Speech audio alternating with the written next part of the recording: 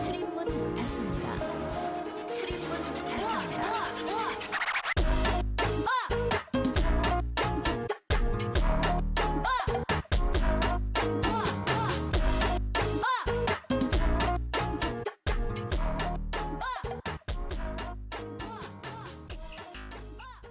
안녕하세요. 나인인치일즈의 김영택. 장태현입니다. 여러분들은 지금 나인인치일즈의 토크쇼를 청취하고 계십니다. 네, 저희 유튜브 구독자가 500명을 넘었습니다. 그러게요. 시작한 지 이제 한 달이 조금 넘었죠. 정지당한 그 눈물의 열흘 정도 빼면은 딱 이제 실질적으로 한 달 가량이 된 것 같은데, 그래도 예상했던 것보다는 훨씬 좀 빠르죠. 순항 중에 빠른 성과를 보이고 있고 관심을 가져주는 분들도 있고, 그렇죠. 뭐 이제 여러분들의 성원, 지지 지지 아껴주시고 감사합니다. 모쪼록 네. 감사드리고 더욱 열심히 좋은 컨텐츠를 찍어내 보도록 하겠습니다. 이 막 1000명 되면은 Q&A 해야 되잖아요. 아니 뭔 1000명이에요. 아 근데 벌써. 너가 얘기했어요. 내가 했었나? 지금은 좀 더 꿈이 커졌어. 아 그래. 1000명이 하기 조금 아쉬워.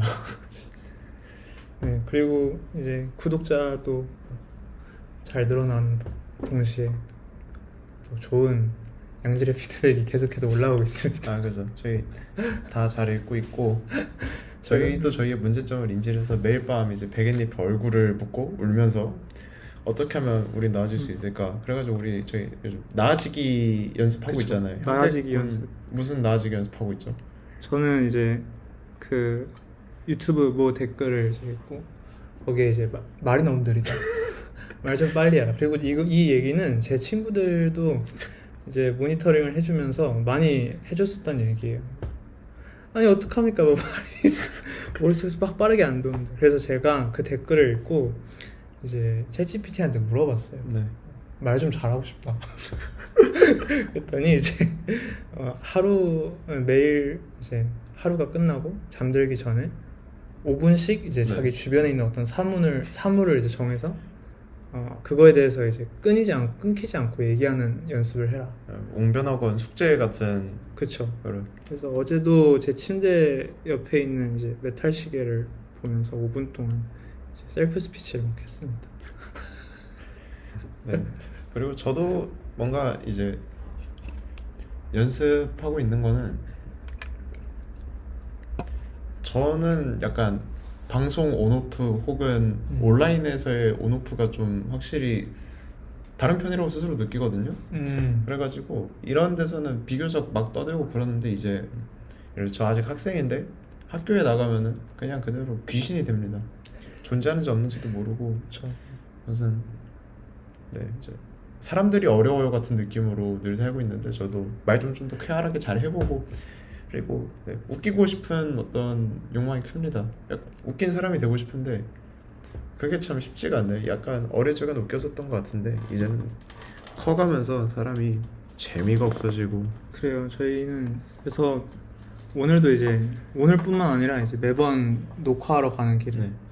저희 둘 다 스스로 약간 자기 최면을 걸잖아요. 나는 김간지다. 아 그쵸. 저는 이제 오늘도 오면서 얘기했어요. 나는 김간지고, 나는 뱃사공이고 나는 뱃사공이며, 나는 뭐 문상훈과 어쩌고 저쩌고 모든 것을 흡수한. 여러분은 우리를 존중해야 아 그쵸. 아무튼 거두절미하고, 그리고 또 좋은 소식이 하나 더 있죠. 네, 저희가 지금 여기서 촬영하고 있는 곳이 지난 영상에서 말씀드렸듯이 티피컬 라이프 큐레이션과 지금 함께하고 있는데, 여기에서 또 오프라인 이벤트를 이제 기획을 해주셨고, 여기에 저희가 라이브 토크 세션으로 함께 참여를 하게 되었습니다. 네. 그래서 저희도 첫 어떤 오프라인 행사고 긴장이 많이 돼가지고 이것저것 준비를 열심히 하고 있어요. 그래서 좀 신명나게 떠들어 보고자 유튜브 컨텐츠랑은 또 약간 다른 어떤 결의, 옷 좋아하시는 분들이 보면은 좋아할 법한 그런 얘기들로 구성을 좀 해봤고, 그거에 대한 안내는 이제 영상이 올라가는 시점에 이제 그쵸. 저희가 갖고 있는 어떤 채널로 짜라락 뿌릴 예정이기 때문에 한번 재밌게 봐주시면 좋겠고, 오늘의 영상도 그래서 그거에 약간 전초 작업 같은 느낌이에요. 네. 어떤 이야기들을 할 것인데 그것과 연관된 어떤 제재들을 바탕으로 좀 이야기를 풀어나가 보자 합니다. 네. 그래가지고 저희가 이제 라이브 토크 세션 당일날 하는 주제는 이제 나중에 어떤 홍보물로 네. 말씀드리도록 하고, 이제 그거의 어떤 전초 작업으로 오늘 나눌 얘기는 이제 저희가 가제로 정하기로는 이제 티셔츠 짝퉁부터 포스트 모더니즘까지의 패션이고요. 그리고 거기에서 더 나아가면서 뭔가 그 뭐 2010년대 중반부터 뭐 세계 포스트 모더니즘 아트와 패션을 흔들었던 사람들에 대해서 조금 초점을 맞춰서 얘기해 보도록 하겠습니다. 그래요. 뭐 말이 어렵지 사실. 요즘 패션의 어떤 근본에 대해서 얘기를 하겠다, 그거에 가깝긴 하죠. 요즘 패션이라고 하면 뭐 각자 정의가 다르게 하겠지만, 정의가 생각하는 요즘 패션이라고 불리는 것의 어떤 핵심, 그리고 그게 어떻게 발현이 되기 시작했는가, 그런 거 중심으로 얘기를 할 거고, 그거와 연관이 있는 제재로 가기 위한 이제 인트로 같은 느낌이죠. 인트로로. 그쵸. 그래서 오늘은 부틀렉 티셔츠에 대한 얘기 조금 해볼까요? 네, 부틀렉 티셔츠부터 시작을 해보죠. 부틀렉이라는 말이 이제 원래는 이제 지금 쓰는 부틀렉과는 다른 의미로 쓰였죠. 약간 진짜 말 그대로 그 발목까지 오는, 레그의 발목까지 오는 그 부츠에서 이제 처음 언제인지 모르겠어요. 한 1700년대 뭐 그쯤이었던 것 같아요. 그때 생겨났고, 밀수라는 어떤 그 슬랭처럼 쓰였었어요. 이제 그 발목까지 오는 부츠에 그 수를 이제 몰래 넣고 이제. 아, 그게 어원이에요? 네. 아, 리서치 굉장히 열심히 하셨네. 이제는 제가 드디어 밀리기 시작했네요. 저도 살아남아야 돼요, 이 지구에서. 아무튼 예, 그래서 밀주라는 어떤 개념으로 처음 부틀렉이 쓰였대. 그러다가 1900년대 한 초반에 와서 이제 밀주라는 개념이 술을 몰래 이제 어떤 공식적으로 허가를 받고 그때는 네. 술을 만들었어야 됐는데, 이제 그냥 몰래 만들어 먹는. 사자들이 몰래 네, 만들어 먹는 그죠. 걸로 쓰이다가 어떤 그게 다른 어떤 문화 요소에서도 확장이 된 거죠. 뭐 영화, 뭐 해적판이라고 하잖아요. 아, 그죠. 해적판, 뭐 CD, 영화 이런 걸로 좀 뻗어나가다가 이제 어떤 티셔츠랑 만나면서 지금 부틀렉 티셔츠라고 제일 많이 부르긴 하죠. 네. 부틀렉이라는 단어를 쓸 때. 그렇죠. 이게 뭔가 부틀렉 티셔츠라고 하는 게 큰 범주에서 보면은 그냥 짜가 티셔츠고 짝퉁이고, 근데 그게 이제 어떤 문화적인 맥락을 지니니까 이제 어떤 부틀렉이라는 이름으로 소비가 되는 것 같고, 또 음악이랑도 밀접한 연관이 있고, 사실 어떤 이 부틀렉 티셔츠라고 명명이 된 것부터가 이제 옛날에 락 밴드들 그렇게 하면서부터 그쵸. 시작이 됐죠. 이게 뭐 레드 제플린, 뭐 롤링스톤즈. 그냥 그때는 그 락 밴드들도 그렇고 막 아티스트들이 그런 걸 잘 안 만들었대요. 어떤 머시로서의 티가 네. 막 지금처럼 이렇게 많이 성행하던 게 아니었어서 그냥 팬메이드 다 공연장 앞에서 막 찍어 그쵸. 팔고. 실크 스크린 하고 그냥 팔고, 그 소동과 고무라 스타일의. 그죠. 생각해보니까 그렇네요. 저도 빈티지 티셔츠 관심이 많진 않은데, 어쨌든 뭐 친구들이 샵을 운영을 하기도 하고, 친구들 샵 가가지고 이제 가격 물어보고, 저는 속으로 이제 뭔 말도 안 되는 야, 어떻게 티셔츠가 130이라는 생각을 이제 여기까지 하고, 차마 뱉을 수는 없고, 이제 술 먹으면 뱉겠죠. 야, 미쳐가지고 티셔츠를 130만 원에 어떻게 팔, 그거를. 베르베르진이야?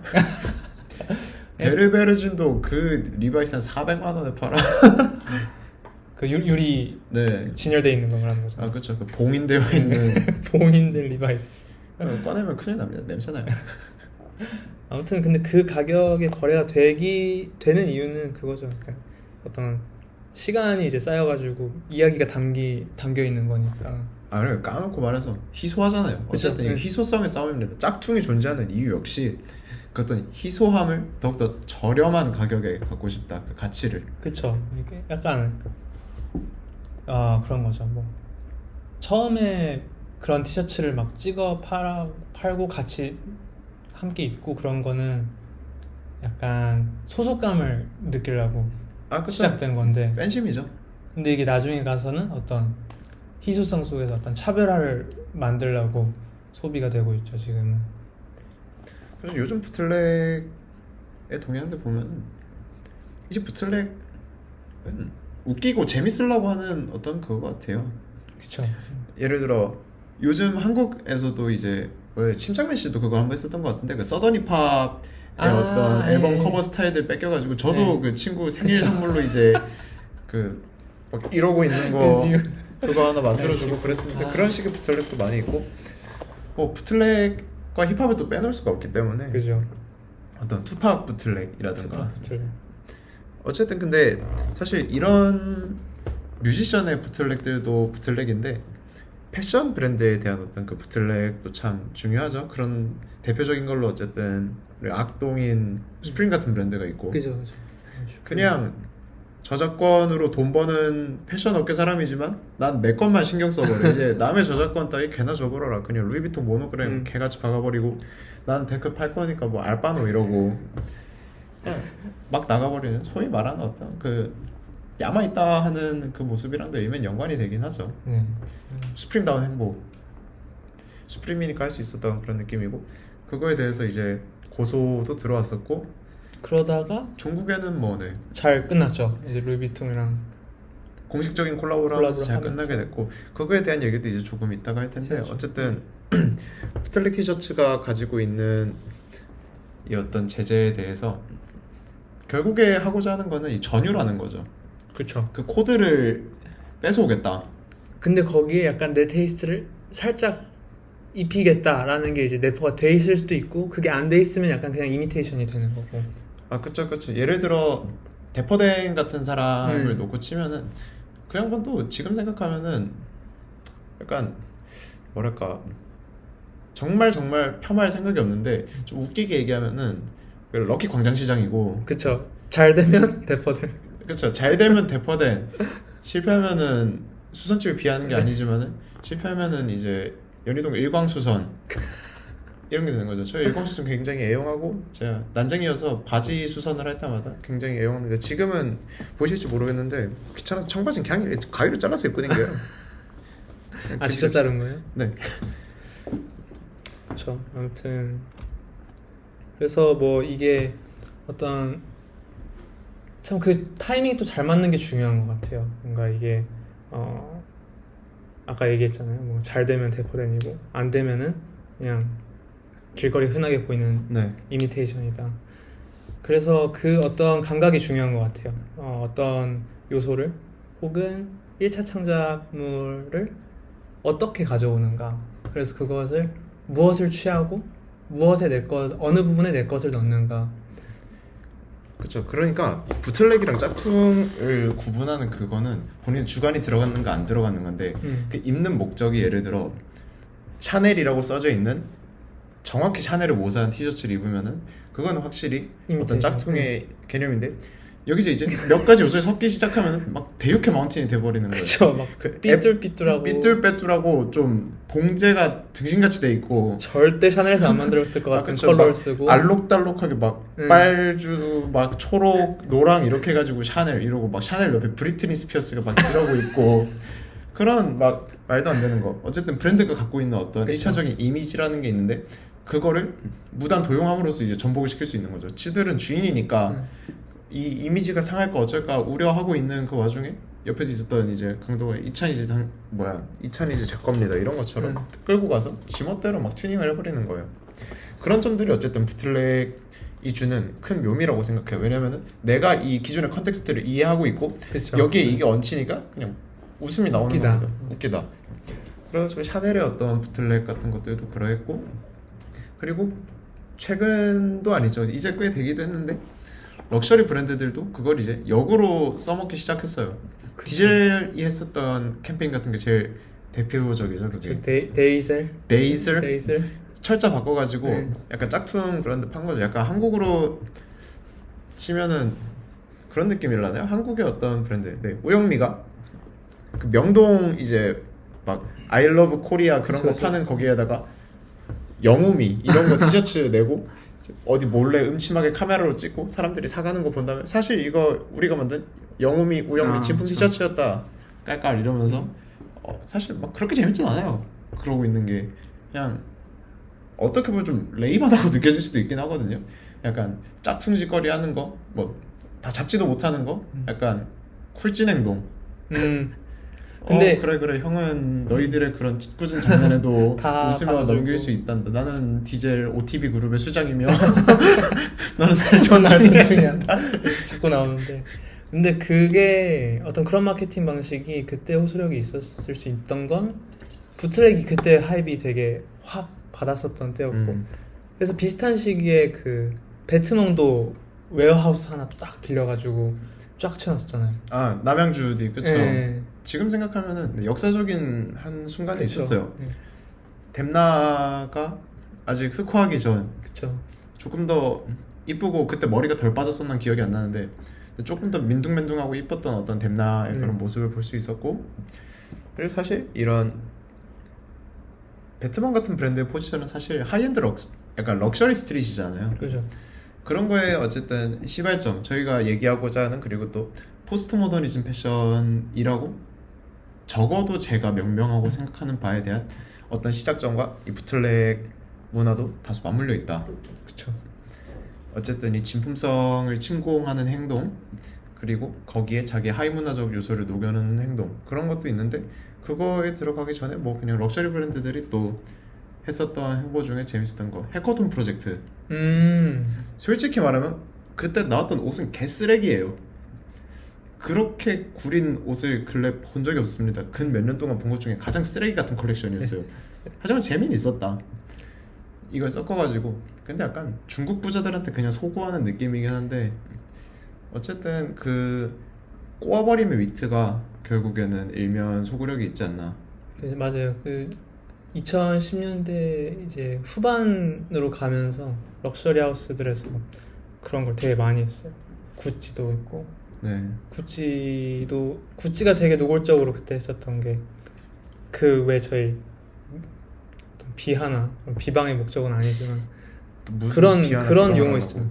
문신 막 돼지 육수충 네, 문대충. 문대충의 어떤 전형적인 패션에 등장하는 그 인터로킹 딱 있고 네. 구찌 써 있고 그 초록 빨강 쫙 이렇게 네. 선 그어져 있는 그 티셔츠가 17년 그 리조트 컬렉션에 나왔었는데 그때 이제 미켈레가 그 얘기를 했어요. 이 티셔츠는 부틀렉 티셔츠에서 착안해서 만든 티셔츠다. 그리고 그 뒤에 이제 막 GU, CC, I인데 막 Y로 일부러 네. 오탈자 내가지고 막 후디, 막 티셔츠 이런 거 내고 베트몽에서도 그런 거 많이 했어요. 그죠. 템나가 발렌시아가 가고서도 그 초기에 계속 그런 걸 많이 진행을 했었고 그런 거 많아요. 약간 부틀렉에서 조금 더 확장된 어떤 개념인데 이거는 이번엔 역으로 럭셔리 하우스가 다른 어떤 문화 요소들을 갖다가 쓴 그쵸. 예를 들면은 뭐 가장 대표적으로 그 스눕독 네. 포토 딱 박아서 내는 것도 있고 발렌시아가 그 물결 있잖아요. 그 네. 발렌시아가 웨이브 로고 네. 빨간색 파란색 그게 댐나가 이제 그 사회주의 자본주의를 계속 비판하는 네. 형태의 어떤 옷을 막 냈잖아요. 그때 그 웨이브 로고가 미국에서 그 당시에 유일하게 사회주의자였던 어떤 그 주의원이었나? 네. 시의원의 선거 유세 포스터에 쓰인 로고를 갖다가 쓴 거래요. 약간 그 느낌이네요. 저희 그 나이지리아에서 응. 문재인 선거조끼 입고 다니는 뭐 은바페 씨를 만나는 듯한 그런 기분. 아무튼 그쵸. 어쨌든 이게 결국엔 전유의 싸움인 거예요. 약간 럭셔리라는 1차적인 좋은 이미지를 어떤 하위 문화를 소비하는 이들이 야 니 이거 좋아 보인다 이러고 전유를 하고 그 전유를 하는 애들이 또 젊고 그쵸. 좀 멋있는 애들도 있으니까 또 이제 나이든 배불뚝이 노친네 경영자 분들께서 너네 이거 좀 멋있어 보인다 우리도 다시 뺏어갈게 이러고 그거 다시 전유하고 그 전유한 걸 다시 전유를 해가지고 그걸 카피품을 세상에 내는 전유. 그렇죠. 이래가지고 뭐 그런 캐캐묵은 논의도 할 수 있죠. 사실 뭐 백날 얘기 나오는 이제 뭐 베냐민과 어떤 아우라 진품성이 어떻게 되는지 막 또 맨날 얘기하는 그 데리다 어떻고 해가지고 부틀렉의 존재 가능성을 담보하고 있기에 원본이 가치가 있다 이런 것들. 그리고 사실 판단도 잘 못하겠어요. 이제 저는 그래서 그거에 대한 생각이 늘 많이 들더라고요. SS급 레플리카의 그런 소비 양태라든가 그런 거를 보면서 이게 정말 윤리관이 뚜렷하고 창작자에 대한 아까 얘기했던 넌 나를 존중해야만 한다 해서 진짜 존중하는 사람이 아니라면은 만약에 그 뭐 사고 실험 아니고 가정을 해봅시다. 10,000원을 내면은 누구도 알아보지 못하고 마르지엘라 엄마가 와도 알아보지 못하는 완벽한 마르지엘라 아티셔널 그런 뭐 옷이 나온다고 쳐요. 10,000원 만들려면 그냥 만들 수 막 있겠죠. 갑자기 네. 그냥 뭐 하늘에서 뚝 떨어진다고 쳐요. 그런다고 쳤을 때 그거를 소비를 할 의향이 있나요, 없나요?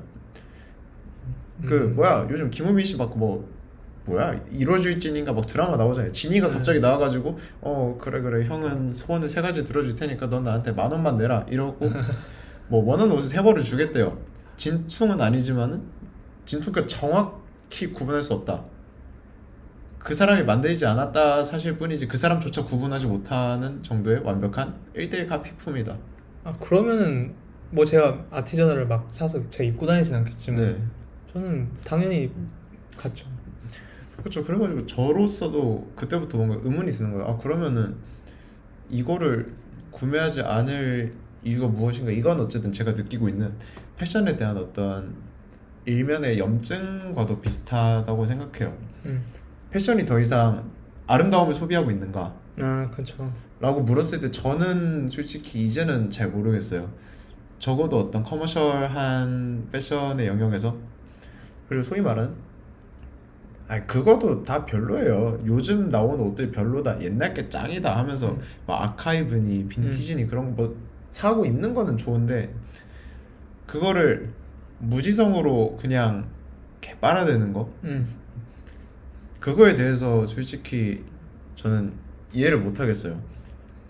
가장 대표적으로 어떤 거품은 아니죠. 그러니까 사람들이 엄청 올려치기 하는 디자인, 이미 대단한 디자이너인데 예를 들어 마틴기 마르지엘라 옷이에요. 근데 마틴기 마르지엘라인데 마틴이 아는 그 다른 사람이었을 때? 뭐 마틴이 마틴 했을 수도 했을 있죠. 때. 근데 티셔츠야. 아 티셔츠인데 거기에 어떤 마틴기라는 그 기호가 붙음으로써 갑자기 막 그 티셔츠가 개 쩔고 무슨 입으면은 갑자기 차은우가 돼버리고. 근데 진짜 얼마 정도예요? 그런 거는? 마틴기 티셔츠가 아티저널 같은 경우에는 티셔츠 하나에 그게 뭐 50에서 막 100도 하고 그런 거 특별한 거 없어도 막 20 얼마씩은 하거든요. 근데 그런 거를 보면서 문득 느끼는 거예요. 저게 50만 원어치 이쁜가? 저도 약간 제 기준에 스스로가 대가리가 깨져가지고 약간 마르지엘라 아티저널 바지나 그런 거 좀 열심히 찾아보던 때가 있었어요. 지금도 아직 예쁘다고 생각은 하는데 그거를 내가 100몇십만 원 주고 사는 게 말이 되는 거. 왜냐면 내가 이거를 진짜 이뻐서 사고자 하는 건지 아니면 이걸 예쁘게 입는 사람을 보고 감겨서 혹은 아니면 그거의 어떤 기호적인 측면에 감겨가지고 내가 옷을 사고 있는 게 아닌가에 대한 현타를 저는 전역을 하고 좀 많이 느꼈어요. 그래가지고 그래서 옷장 정리 싹 한 거예요? 네, 그래서 나 굳이 옷을 왜 사 입지? 내가 뭐 굳이 특별하다고 사람들이 얘기하는 옷을 사 입는 이유가 뭔지 모르겠는 거예요. 그냥 남들의 어떤 그 기호를 그냥 소비하는 거에 지나지 않는 것 같아서. 아니, 그게 나쁜 건 아닌데 적어도 이제 저한테 있어서는 그게 큰 의미가 없어져 버린 거죠. 그냥 이 브랜드 값을 그냥 산다고 생각을 했었던 것 같아요.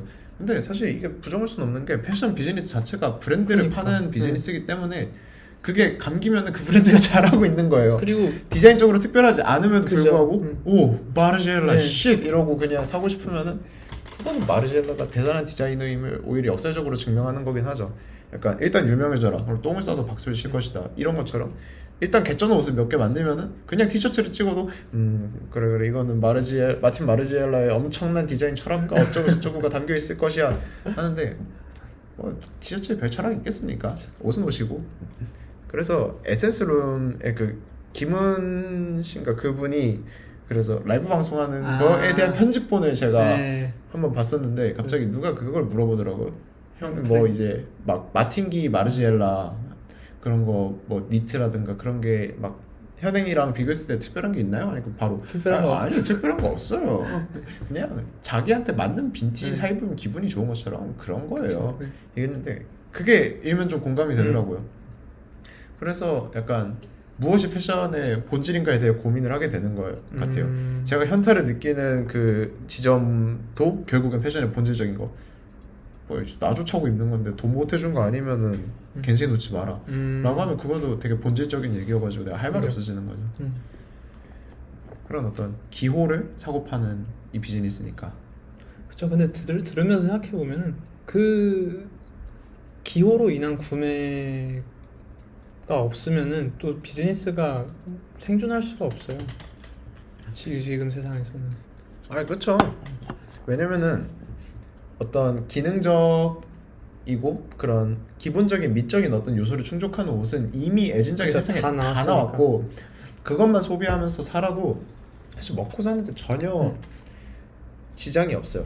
근데 제가 생각하는 어떤 작금의 패션의 흐름이 이제는 크게 두 가지로 나가고 있는 것 같아요. 그 어떤 기호성이 전면적으로 내세워지는 패션들이 있고, 제가 맨날 북유럽 패션 추종자들이 욕하곤 하는데 근데 그들이 결국에 감겼던 어떤 이유에 대해서 생각을 해보면은 브랜드 값도 있고 뭐도 있고 하겠지만은 그것의 어떤 핵심이 되는 것들이 뭐냐, 결국 무드고 스타일링이다. 그죠. 약간 패션 스타일리스트들 그리고 스타일링 그 자체에 대한 어떤 요구가 점점 더 증가하고 있다고 느껴요. 이거는 일면 불경기랑도 좀 연관이 된다고 생각하는데 네. 예를 들어 저 지금 입고 있는 옷이 굉장히 플레인하죠. 제가 저거 잘 입었다 이건 아닌데 요즘 잘 나가는 브랜드들 보면 그냥 거의 다 이런 구성이에요. 뭐 청바지 아니면 뭐 코튼 팬츠, 뭐 슬랙스 같은 것도 하고 좀 슬림한 그런 슬랙스, 프라다 90년대 같은 그런 거에 뭐 깔끔한 뭐 짝 붙는 롱슬리브 내지 티셔츠 이런 거고, 가디건 이제 저처럼 입으면 쿨하지 않은 거고 요즘 쿨한 스타일로 가려고 하면 이제 이거 허리에 딱 묶고 네, 그죠. 아니면 뭐 이렇게 묶고 허리에 묶었는데 위에 가디건 하나 더 입고 근데 어쨌든 그 플레인한 것들로 어떻게 막 스타일링하라고 재미를 주는가, 이런 것들이 결국에는 요즘 패션에서 사람들을 감기게 하는 지점이 아닌가. 더 이상 어떤 그 아이코닉함 자체에 대한 소비가 예전과는 많이 양상이 달라진 것 같아요.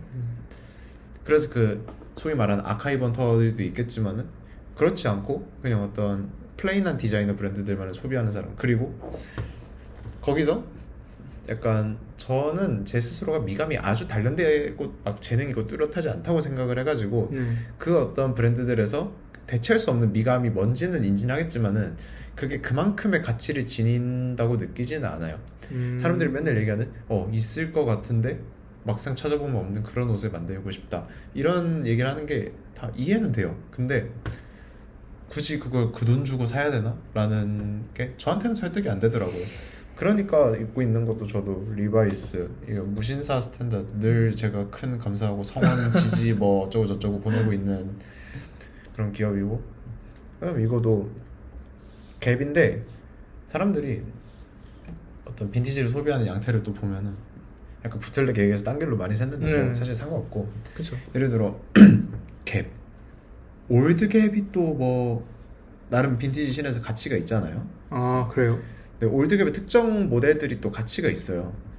이게 어떤 사실 미국 숭상의 일부인 것 같다고도 생각은 드는데 그리고 유행에 따른 어떤 그거의 염가판으로서도 특정 저명한 브랜드들의 올드 모델들이 괜히 그냥 유행하는 게 있어요. 예를 들어 발렌시아가 카코트가 유행을 했던 시점에 올드갭 가죽 카코트의 가격이 미친 듯이 뛰었어요. 그거를 누가 60만 원 주고 삽니까? 전 지금 머리에 총을 겨누지 않는 이상 저는 올드갭 카코트를 60만 원 주고 살 생각이 없어요. 잘하면 발렌시아가 카코트도 60만 원 주면 사줄 수 있는데 미쳤다고 제가 그거를 60만 원 주고 삽니까? 이게 그래서 패션이 어려운 것 같아요. 뭐가 왜 되는가가 정량적으로 증명될 수 없는 분야이기 때문에 모든 게 정성적이고, 아까 조금 더 본론적으로 얘기했었던 그런 티셔츠 같은 것도 그래요. 이게 왜 되냐 하면은 단순히 그게 희귀성 아니면 그냥 이뻐서 이거라고 치부할 수 없고 좀 컨텍스트가 많이 껴있기 때문에 그걸 어떻게 독해를 해내는가가 좀 중요한 작업 같아요. 그쵸. 이게 사실 티셔츠 얘기를 하면은 티셔츠는 사실 어떤 뭐 컨텍스트나 스토리가 담겨 있다 해도 결국엔 티셔츠고 그래서 제가 맨날 얘기하는 야 그래도 어차피 결국엔 뒷조각인데. 뒷조각이다. 뭐 물론 뭐 그 안에서도 뭐 몇 개 뭐 변주가 있고 어떤 뭐 봉제 방식이나 사람들이 얘기하는 그런 게 있겠지만 그게 어떤 착용자의 어떤 뭐 편의성이나 뭐 어떤 더 우수한 심미성을 보장한다거나 하는 게 아니라 결국에는 그냥 그 변주들도 다 스토리의 일환이잖아요. 아 그쵸. 그것도 마케팅이죠. 약간 변화를 위한 변화 같은 거예요. 그렇죠. 예를 들어 막 한번 싱글 스티치 좋죠. 근데 그런 거 일일이 하나 막 몇 수 이런 거 따지고 나중에는 뭐 핥아볼 기세입니다. 이제 리킹 막 옷 한번 핥아보고 냄새를 냄새 맡고. 맡고 그런 식의 어떤 근데 뭐 오감 촉감 놀이 하는 거 좋긴 한데 네 그거는 저는 내키지는 않고 어쨌든 거기에서 뭔가 과도하게 의미를 찾는 것도 웃기다는 거예요. 티 쪼가리는 어떻게 해도 티 쪼가리고 이게 무슨 뭐 루프 휠 방식으로 만들어져서 유독 편하고 네. 엽선 있다고 뭐 불편해서 죽어요? 엽선 있는 옷 다들 잘만 입으면서 꼭 티셔츠만 입으면 루프 휠을 그렇게 찾으려고 그래. 그놈의 그 메르츠비 슈바넨 그거는 메르츠비 슈바넨이 좋은 브랜드이고 아니고를 떠나서 그 뭐야 더셰프인가 뭐 아무튼 그 드라마에서 그쵸. 그, 주인공이 예, 입고 예. 나오는 거잖아요. 맞아요. 그럼 그 사람이 멋있는 거예요. 그쵸. 요즘 유행하는 스타일에 대해 제가 일면 남겼었던 어떤 그 단상 블로그에도 적었었는데 그거랑도 일맥상통하는 거예요. 조나단 앤더슨의 퍼스널 스타일이 정말로 패션적으로 멋있는가 아니면은 어떤 모 영화 감독들 그런 사람들의 퍼스널 스타일이 정말 멋있는가 아니면은 그 사람의 커리어와 그 사람이 그냥 아우라가 합쳐져서 개간지인 것인가 했을 때 저는 맨날 얘기하는 게 후자다. 니들은 혹시 그거 아니냐 성공한 사람들의 어떤 그 분위기를 성공과 별개로 그냥 그쵸, 네. 옷차림으로서 따라하고 싶은 거 아닌가. 그러니까 앤더슨의 스타일과 뭐 기에르모 델 토로라 할까요? 네. 사람의 스타일이 지나가면 많이 보여요. 그래 근데 그게 조나단 앤더슨이 아니라 뭐 뭐랄까 뭐 저희 동네에 있는 뭐 그래요 그래 내가 맨날 멋있다고 얘기했었던 제가 연희동에 살고 있는데 연희동에 이제 유명한 냉면집과 유명한 정성. 베트남 음식집이 있어요. 거기에 이제 발렛을 보는 약간 아저씨들 듀오가 있는데 베트남 거기 식당 네. 아저씨는 약간 이탈리안 캐주얼에 네. 좀 에디 슬리먼 같이 그런 슬림한 실제로 아저씨가 키도 커요. 그리고 그쵸. 맨날 그 보잉 선글라스 꾸준하게 쓰고 다니거든요. 그게 이제 그런 건 좀 멋있기는 해요. 물론 그 뚜렷함이 보이는 게 그 예를 들어 영화 감독들이나 디자이너들의 어떤 뚜렷함에서 보이는 멋있음 그거는 일면 인정을 하기는 해요. 약간 짬으로 완성되는 패션. 그 아저씨는 비 와도 선글라스 껴요. 진짜 미친 사람인 줄 알았어요. 해가 다 떨어져도 선글라스 끼고 있고 심지어 그 보잉 선글라스가 다른 모델로 교체되지도 않아요. 요즘 그 보잉 다시 유행하거든요. 네. 이렇게 브릿지 그쵸. 있는 에비에이터? 거, 에비에이터 선글라스 그리고 어떤 옛날에 카니 웨스트가 썼을 것 같은 그런 예. 약간 둥글둥글하고 그런 거 요즘 막 래퍼들이든 그죠, 뭐 그죠. 많이 스타일리스트 분들이든 여기저기서 많이 쓰는데 그 아저씨는 비가 오나 눈이 오나 일단 그거 쓰고 생로랑 같은 그 웨스턴 부츠 같은 거 신고 그러고 서 있어요. 그게 진짜 저는 보고 좀 멋있었거든요. 왜냐면 서서 일하는 직업인데 그런 말도 안 되는 개불편한 부츠를 신고 서가지고 담배도 안 펴요. 이제 할 거 없을 때 하는 거 냉면집 발렛 아저씨랑 만담 까기. 그쵸. 근데 저도 연희동을 사니까 네. 2번 정도 가다가 두 분이서 서 계시는 걸 네. 봤거든요. 키 차이도 꽤 많이 키 나가지고 차이가 나는데 그 어떤 그 합이 너무 좋아요. 아 그쵸. 그 왜냐면은 키 큰 분은 딱 슬림하고 네. 작은 분은 약간 통통한 네. 체형인데 그래도 옷을 약간 자기 체형에 어울리게 잘 입으세요. 맞아요. 그래가지고 그런 거 보면서 또 재밌다. 그쵸. 그런 퍼스널 스타일들. 근데 어쨌든 뭐 결국 기호의 소비인데 그 기호의 소비가 이제 옛날보다 조금 더 다층적인 것 같아요. 이제는 조나단 앤더슨의 기호를 소비하고자 하고 뭐 기에르모 델 토로, 웨스 앤더슨, 레오 까락스의 기호를 나는 흡수를 해서 나는 김치 까락스가 될 것이다. 그쵸. 김치 앤더슨이 될 것이다.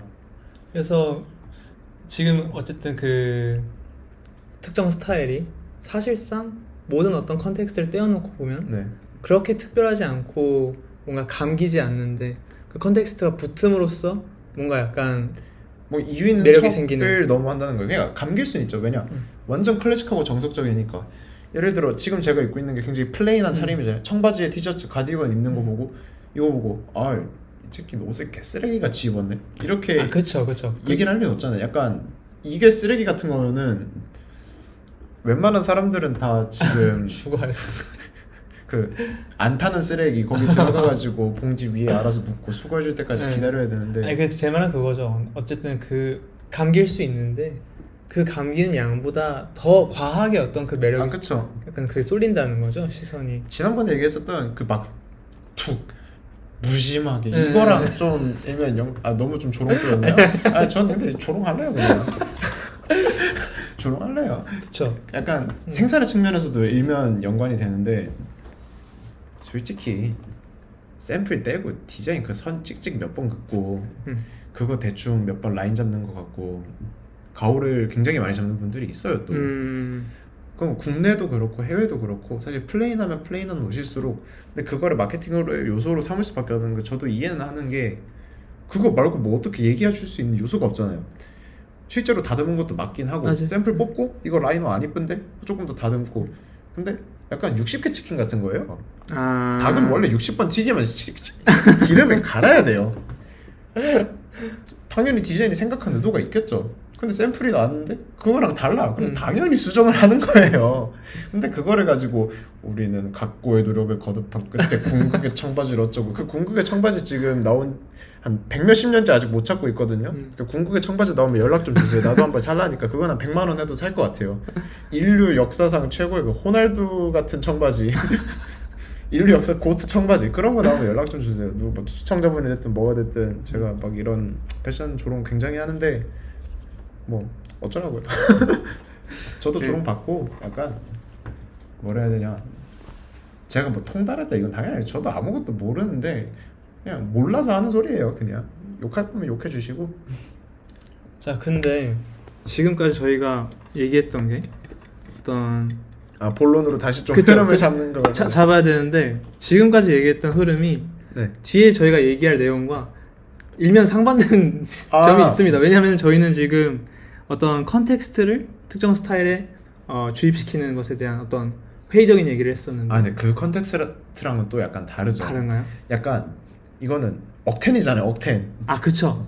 그냥 약간 내가 이미 이 옷이 좋아. 응. 근데 이거에 대해서 뭔가 이유를 막 갖다 붙여야 돼. 혹은 이 디자이너가 그냥 좋아. 그냥 사랑에 빠졌어. 뻘인러브야. 약간 수지 같은 거야. 수지. 배수지 씨요. 저 수지 좋아해요. 저 이두나 그 드라마 솔직히 재미없고 별로거든요. 하지만 제가 즐겁게 봤던 이유 수지가 너무 예쁘게 나와서 그런 것처럼 약간 마틴 이 옷은 조금 별론 것 같은데 뭐 헬무트랭 이건 그냥 청바지 아닌가 해도 아니 헬무트랭이 만든 거야. 약간 이런 느낌이 된다는 거죠. 근데 이제 원래 이제 이 뒷이야기로 하려고 했었던 거 이제 버즈라블로 얘기를 하려고 했었어요. 근데 그 사람 같은 경우는 어쨌든 자기의 당사자성이 있는 디자인을 하잖아요. 그렇죠. 왜냐면 대퍼된 얘기로 돌아가 봅시다. 어쨌든 흑인들의 집단 혹은 그런 하이 집단들이 명품, 럭셔리를 소비하는 방식이라는 게 당연히 정상적인 루트로 구매할 수 없어요. 그쵸. 약간 부유한 흑인은 뭐 래퍼, 운동선수 뭐 이런 거 말고 없는 그런 선입견이 있는 것처럼 그 당시 조금 더 옛날이었으면 얼마나 더 차별도 심했고 어떤 성공하기 힘든 그런 거 있잖아요. 그래서 요즘 맨날 막 그거 나오던데 그린북 쇼츠 아 많이 나와요 그거. 저스트 조스 그거 Just 약간 그거 한 3번 내리면 한 번 더 좀 패고 싶긴 한데 아무튼 그런 식으로 소위 말하는 엘리트적인 방법으로 출세하기 굉장히 힘들었기 때문에 정상적인 루트로 매장 들어가가지고 그래 형은 이거 오늘 좀 많이 쓰긴 하는데 그냥 프라다를 사고 그냥 루이비통을 사고 그건 힘든 거예요. 그러니까 루트가 조금 다소 아스트랄해지긴 하는데 이제 도난 강도 혹은 그냥 이제 중고 같은 걸로 입거나 아니면 그것조차 안 되지만 어떤 이 멋이라는 거를 내야 하기 때문에 이제 짝퉁이 만들어지고 아니면은 원래 있던 옷 위에 그런 거 막 프린팅을 떠버린다던가 그런 식으로 맥락을 강제적으로 부여했었던 게 어떻게 보면은 그 당시 흑인들의 어떤 집단적 정체성이었었죠. 왜냐면은 그리고 그런 브랜드가 그들의 삶을 대변을 해줬어요. 왜냐면은 백인들은 계좌에 넣어놓고 이제 잘 먹고 잘 저축하고 쓰지만은 거리에 있었던 사람들은 통상적으로 그쵸. 좋은 하루- 방법으로 돈을 벌고 살지 않기 때문에 네. 계좌도 못 만들고요. 그쵸. 그러니까 하루 이제 먹고 릴펌 같은 살고. 애들이 물론 그냥 합법적으로 돈을 벌지만 음. 이게 상징성이 있는 그거죠. 돈 가지고 전화 받는 그게. 그래가지고 그런 식으로 소득 대비 어떤 그런 럭셔리에 대한 지출 같은 것도 물론 조금 이상한 방식이지만은 그런 것도 많고 돈이 없음에도 불구하고 그런 식으로 하고 에이셈 라키가 개그지여서 하루에 피자 한 조각으로 버티면서도 꾸역꾸역 막 톰포드 청바지 입던 그런 것처럼 네 에이셈 라키 씨 요즘 죽 쓰던데 파이팅 옛날에 많이 좋아했어가지고 그쵸. 아무튼 그런 식의 어떤 DIY라는 게 결국은 문화적 정체성이 될 수 있다는 거죠. 기호 위에 기호를 더 씌움으로써 소비하는 것. 그리고 그거를 현대 패션의 방법론으로 끌고 온 게 버즈라블로였다. 파이렉스 비전이 결국엔 그 시발점이라는 거죠. 그쵸. 그 이전에 뭐 빈트릴도 했었지만은 빈트릴은 여기서는 잠깐 빼놓고 어쨌든 파이렉스 얘기를 해야 된다는 거예요. 폴로 셔츠 이게 누구 어떤 인종이 입어요? 백인이죠, 어떻게 봐도 백인. 와스프의 옷이잖아요. 백인들이 입는 그 어떤 폴로 셔츠 거기 위에다가 뻑큐 이러고 그냥 2, 3 뒤에 갈겨버리고 나염 그냥 파이렉스 써버리고 근데 그거를 이제 막 $350 이렇게 팔아버리는데 그게 또 팔리는 거죠.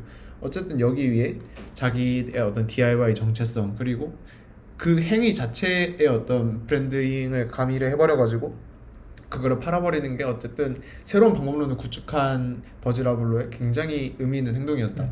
현대 패션의 결국에 모든 어떤 아버지 같은 형태라고 생각해요. 요즘 유행하는 ERD 같은 브랜드도 결국에는 큰 틀에서 놓고 보면은 버질이 하는 것과 크게 다르지 않은 어떤 맥락에서 돌아간다고 생각을 해요. 그런 어떤 티셔츠나 빈티지 아니면 그 펑크의 그런 방법론들을 가지고 거기 위에 다시 더 씌우면서 그쵸. 네. 그리고 그 프라이싱 자체도 일종의 마케팅이고요. 앙리 알렉산더 레비 같은 애들이 이제 그래 이해 못하면 못 산다. 못 살 거면 뭐 그냥 못 살 거면 나 안 판다. 알 바 없다. 이런 식의 어떤 것들까지 그런 모든 어떤 총체적인 요소가 버질과의 방향성이 다소 다르긴 하지만 결국은 버질의 어떤 영향권 아래에 있다라고 느껴지게 되는 거죠. 어쨌든 자기의 당사자성이 담겼다는 게 굉장히 중요한 요소예요. 예를 들어 라프 시몬스의 티셔츠에도 똑같이 그냥 파이렉스 네. 찍어서 갈겨버리고 사실 미친 짓이잖아요. 그쵸. 어떤 상또라이가 라프 시몬스 티셔츠에다가 지껏 나염 갈기고 그걸 다시 또 더 비싸게 팔고 왜냐면 그 원본성을 훼손하는 행위니까. 그죠. 라프 시몬스가 있는데 라프 시몬스 위에 낙서한 옷을 굳이 했는데 그걸 어쨌든 감김의 영역으로 끌고 가버린 게 버즈라블로니까. 물론 이거에 대해서는 이견이 많을 수 있다고 생각해요. 왜냐면은 불과 한 2, 3년 전까지 저 버즈 강경 혐오파였어가지고 지금도 그 3% 디자이너나 그런 게 좋은 방법론은 맞는데 현대의 어떤 소비 속도나 그런 것들을 사람들이 좋아할 수 있는 어떤 감도의 지점 같은 거. 그쵸. 그러니까 이게 저랑 태연 씨랑 지하철에서 저번에 얘기했던 게 버질이 과연 어떤 새로운 혀를 뚫어준 사람인가 네. 아니면 판도라의 상자를 연 악마인가 네, 라는 얘기를 그죠. 했었잖아요. 어쨌든 그 얘기했던 3%만 덧붙여서 어떤 새로운 것을 만들어낼 수 있다라는 게 어쨌든 뭐 생산자와 소비자 양측으로 하여금 네. 어쨌든 그 문턱을 너무 낮춘다는 거죠. 네, 그죠. 그러다 보니까 뭔가 어떤 아까 처음으로 조금 더 전에 얘기했던 그런 아이코닉함이 네. 더 막 요즘에 찾아보기 어려운 것도 네. 그런 부분이 일면 있을 수 있다고 저는 생각하고 그 아이코닉한 어떤 뭐 디자이너라든가 그런 게 그 아이코닉하면 레벨이 어느 정도죠? 왜냐면 지금도 아이코닉한 디자이너들이 너무 많지 않아요?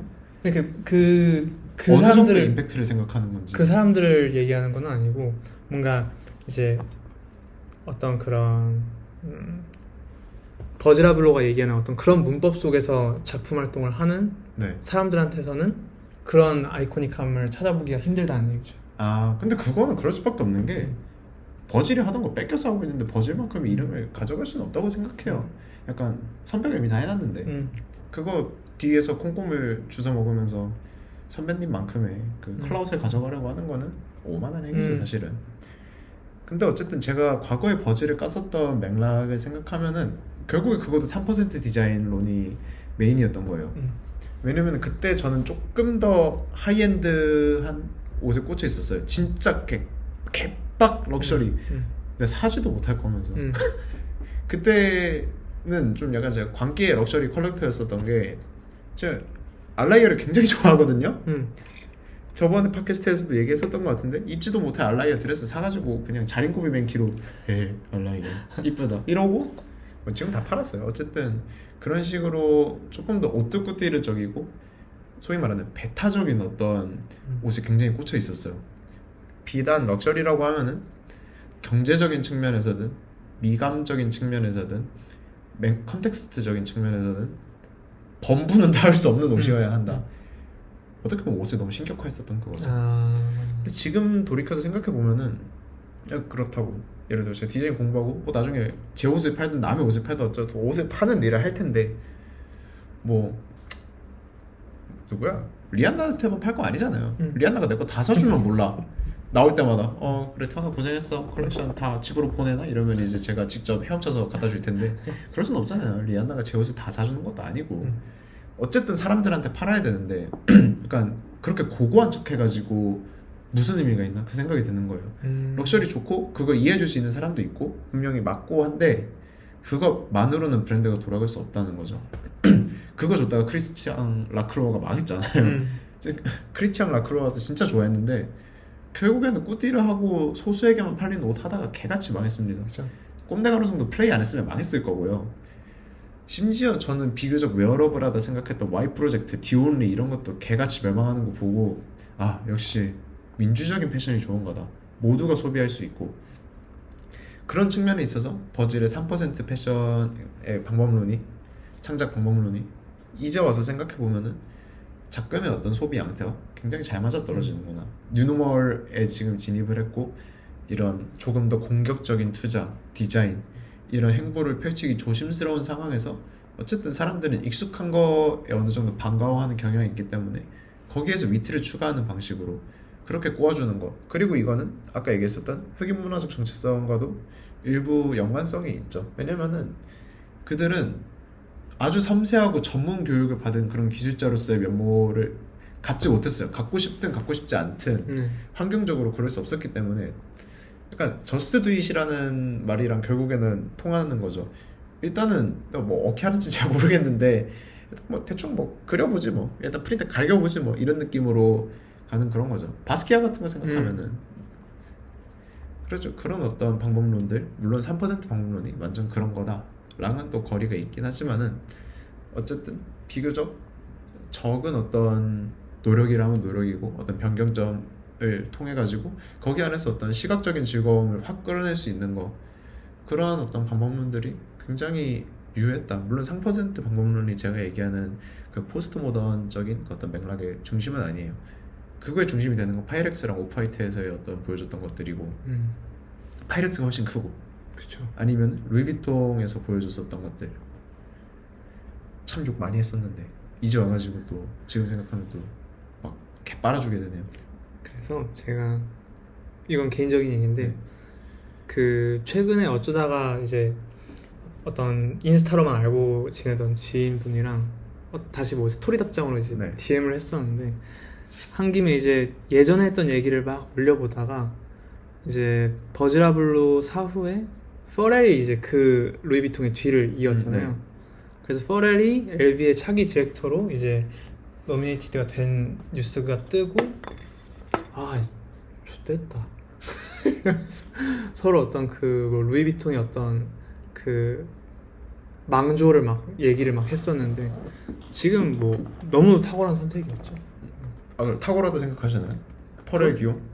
저는 그렇게 생각해요. 전 아직도 부정적인데 아직 그 럭셔리병 못 버렸나 봐요. 아무튼 근데 뭐 그런 어떤 이것도 어떻게 보면 버즐의 영향, 아니 버즐의 영향이죠. 절대적으로 버즐의 그렇죠. 영향이죠. 퍼렐이 가게 된 거 그리고 럭셔리가 팝적 디자인을 어쨌든 계속 선택하게 된 것들 뭐 루이비통과 스프림의 콜라보도 그랬었고 버즈라블로가 루이비통을 잡게 된 뒤로 보여줬었던 그런 어떤 캐주얼한 복종들 그런 것들 그런 거를 생각해 보면은 그렇죠. 이게 어쨌든 캐주얼의 영역으로 전부 다 나아가야 되는데 이게 패션계 모든 곳에서 다 보여요. 완전 럭셔리도 뭐 막판에 쇼 막판에는 이제 뭐 화려한 드레스 이런 거 다 넣지만 어쨌든 캐주얼한 거 계속 보이고 학생 작품들도 보면은 옛날에 비해서 훨씬 이제 캐주얼한 것들이 많아요. 스포츠웨어 엄청 많이 하고 그냥 뭐 티셔츠 베이스인데 그거 막 꼬아가지고 뭐 하고 어쨌든 캐주얼을 향해 달려가고 있죠. 왜냐 경기가 안 좋으니까.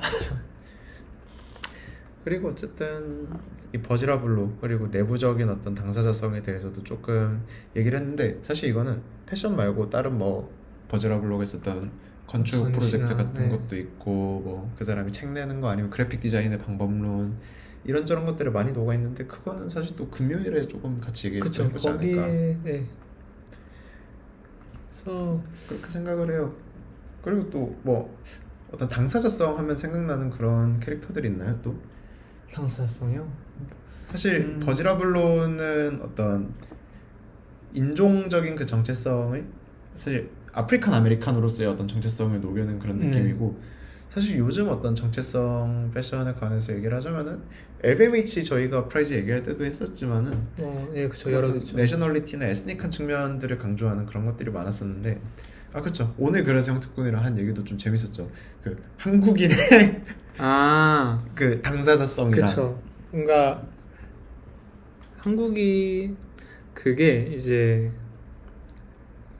그 미술 이론과 이제 네. 미술사 연구하시는 임근준 선생님의 네, 그 11년 전 올라온 유튜브 영상이 있어요. 네, 제목이 이제 대학 졸업을 앞둔 예비 작가들에게 뭐 전한 영상 하면서 찍힌 영상인데 거기에서 뭐라고 말씀하시냐면 이제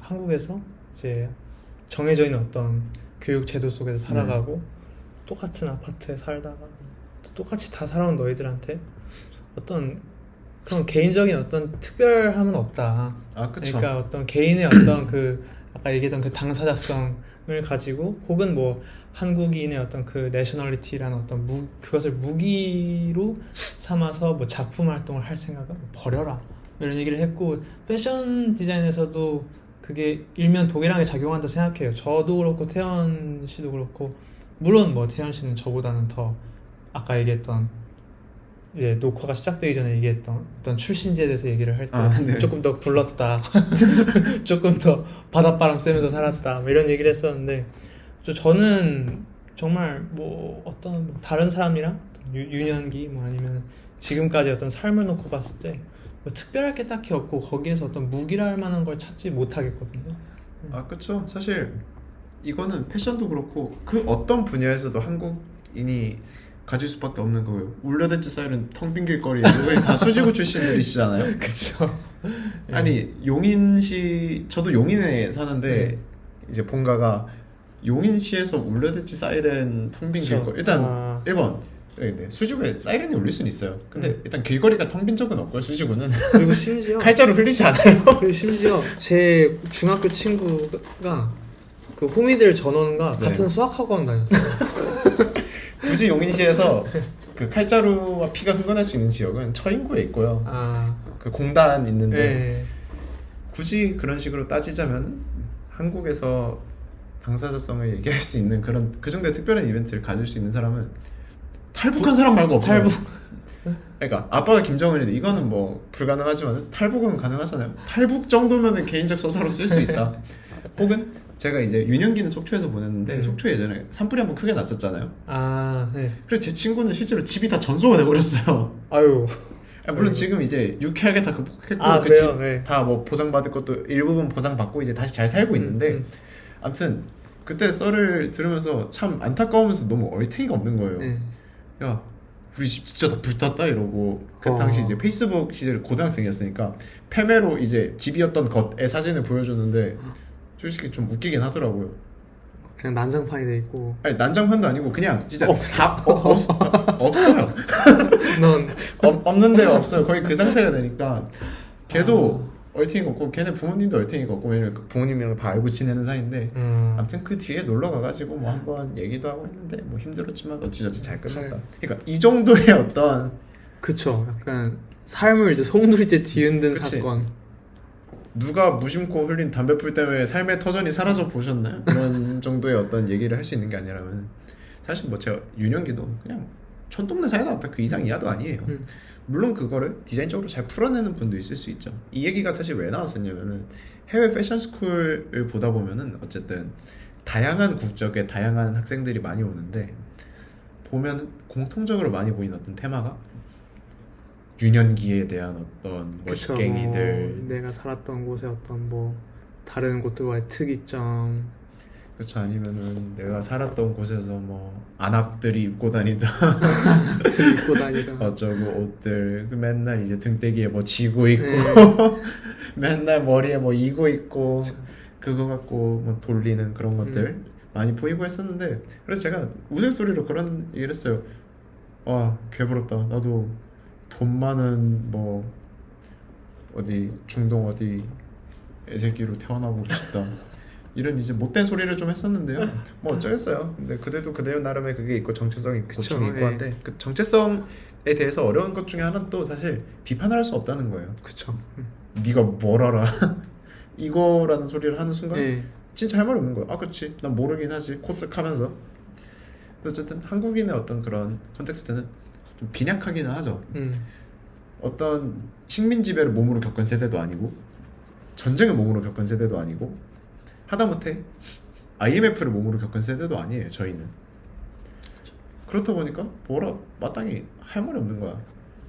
우리의 유년기라 해봐야 저는 메탈 베이블레이드 열심히 받고 이런 것밖에 없어가지고 유년기에 특별한 점이 없죠. 그래서 이런 정체성 면에서 한국인들이 다소 빈약한 그게 있긴 한데 그래가지고 약간 한국에서 뭐 브랜드를 하시든 뭘 하든 하는 분들 중에서 그래서 유년기 언급하면 뭔가 그냥 볼랬다가도 안 보게 되는 것 같아요 저는. 그리고 사실 한국인 하면은 지금 생각나는 어떤 아이덴티티를 하면은 뭐 세계에서 유일한 뭐 휴전 국가라고 하는데 어떤 일단 그 아이덴티티를 쓸 수 있었으면은 그 선배들이 다 썼을 거고요. 그렇죠. 이미 많이 썼죠. 그냥 뭐 군복무의 경험들이라든가 네. 그런 거 많이 썼죠. 그리고 사실 뭐 이건 뭐 저의 개인적인 네. 생각이지만 제가 뭐 밀리터리 서비스를 다 마치고 나오긴 했지만 사실 그 대한민국이 뭐 세계 유일한 휴전 국가라는 게 제 삶에 어떤 영향을 막 그렇게 준 것 같진 않아요. 그렇죠. 물론 이 상황 자체 우리 익숙해서 네, 아무렇지 그쵸. 않게 느끼는 걸 수도 있지만 예를 들어 국경에 50만 명의 병력을 끌어다 놓는다든가 그런 것들. 근데 우리한테는 너무 익숙하고 사실 까놓고 말해서 군 생활에서 느꼈던 거는 어떤 우리가 분단 국가라는 어떤 실질적인 상황보다는 북한 애들이 국경선 주변으로 비행기를 날렸을 때 정말 죽여버리고 싶다는 감정이라던가 네.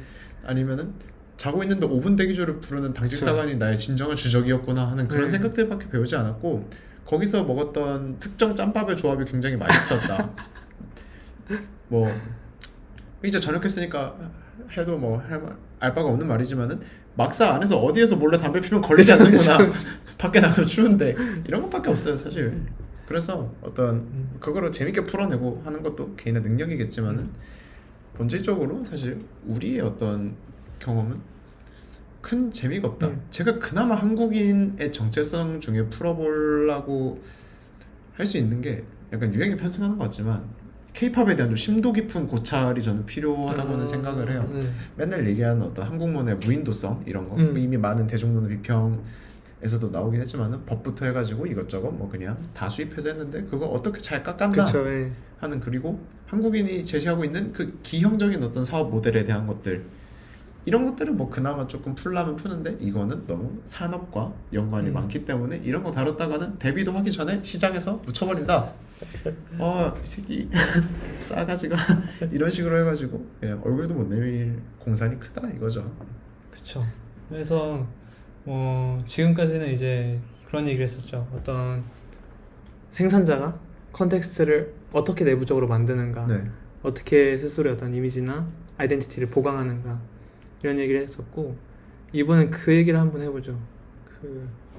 나 외부에 있는 어떤 존재가 네. 혹은 뭐 브랜드 외부에 있는 어떤 관련도 없는 존재가 어떤 연관성을 통해서 내 아이덴티티나 나의 이미지를 어떻게 보강하는가 뭐 그런 사례들도 많이 있잖아요. 뭐 예를 들면은 뭐 다양한 게 있죠. 보강이 될지 손실이 될지는 알 수 없는 그쵸. 거지만 예. 어떤 영향을 주는. 그쵸. 지난번에도 얘기했었던 막 뭐 고프닉, 그쵸, 뭐 샤브 뭐 딸배 코어 여타 네. 등등. 그렇죠. 제가 맨날 얘기하는 딸배 코어 부문 온다 이런 것처럼 그 코리안 아이덴티티인데 그거 산상기회에서도 이번에 했잖아요. 네. 그거 관련해 가지고도 이제 얘기 나눴었는데 약간 우회로라는 컨셉도 재밌었고 어쨌든 네, 다뤄줬어야 됐던 지점이었는데 이렇게 빠른 시일 내에 다뤄져가지고 굉장히 고무적인 어떤 이벤트였다. 참고로 정작 그 스토어는 안 갔습니다. 그 이벤트 현장은 인스타그램으로만 보고 바빠서 그냥 오 저는 그 짱이다. 키 이미지들을 아직 안 봤는데 딱 그 보이는 게 있어요. 어떤 그 배달하시는 분들의 어떤 그 딸배 코어를 딱 그 제대로 녹여낸 것 같다. 그러니까 싶은. 그 제가 말하는 물론 딸배 코어랑은 약간 다른 면이 있어요. 제가 말하는 딸배 코어는 어떤 배달과 그 도시를 누비는 약간 시티라이더 그리고 네. 도시를 잘 알고 있는 어떤 남들이 보지 않는 영역에서 막 우회로 같은 거를 찾고 그런 게 이번에 산상기어가 보여줬던 어떤 컨셉 중에 하나였는데 제가 얘기하는 사실 딸배 코어는 조금 더 어떤 천박한 거에 가까워요. 그러니까 부평 감성과 가깝고 제가 맨날 이 부평 감성에 약간 집착을 하는데 이게 뭔가 조금 노력을 하면 풀어낼 수 있을 것 같다는 생각에 제가 늘 집착을 하다 보니까 맨날 이 부평구 얘기를 하는데 물론 그 전기줄 막 BJ 이런 거 말고 어쨌든 소위 말하는 인천스러운 그거 그렇죠. 인천 출신들이 그리고 예술 잘해요. 지금 최근에 뭐야 휘민 씨도 인천 출신이고 이제 그 나는야 이명웅 나와 임영 씨도 인천 출신이고 아무튼 그런 별개로 제가 얘기하는 딸베콘은 어쨌든 그런 거랑 조금 더 막 사는 어떤 라이프 스타일 소위 말하는 막 산다고 일컬어지는 그런 라이프 스타일에 대한 그런 지점들이 이제 우리 한국의 중산층 디자이너 꿈나무 저를 비롯한 그런 놈들이 또 무지막지하게 전유를 해버리는 거죠.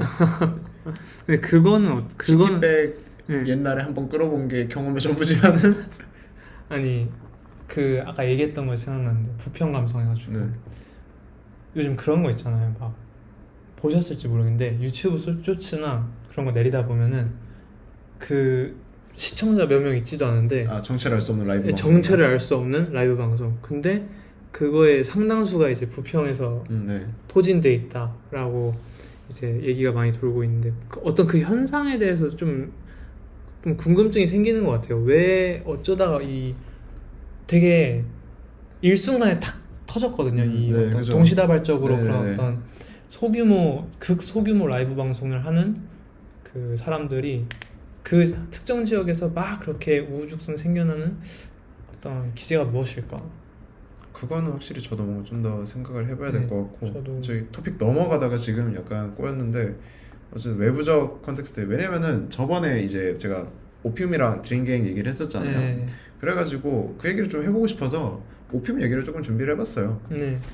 그래서 오피움의 어떤 현재 패션 양상은 또 조금 다르긴 한데 예를 들어 섹세이지 네스나 조슈아 자말 같은 사람들이 제시하는 조금 더 변형된 왜냐면 그 펑크 에라는 지났으니까 플레이보이 그쵸, 카티가 지금 보여주고 있는 거랑 또 느낌이 다르긴 하지만 조금 더 그 이전 거를 생각을 해볼게요. 리고엔스 개 열심히 입던 오피움 사단. 네.